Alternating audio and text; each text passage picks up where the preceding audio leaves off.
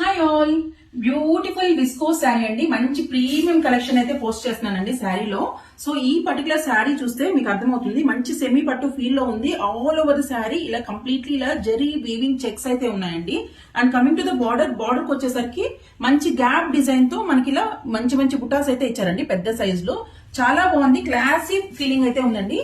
So first one వచ్చేసి మంచి lavender colour కి లెమన్ ఎల్లో షేడ్ అయితే ఇచ్చారండి. బ్లౌజ్ చాలా బాగున్నాయి. కలర్ కాంబినేషన్స్ పేరప్ చేసిన వాళ్ళకి చెప్పాలండి బిగ్ థ్యాంక్స్, అంత బాగుంది అనమాట.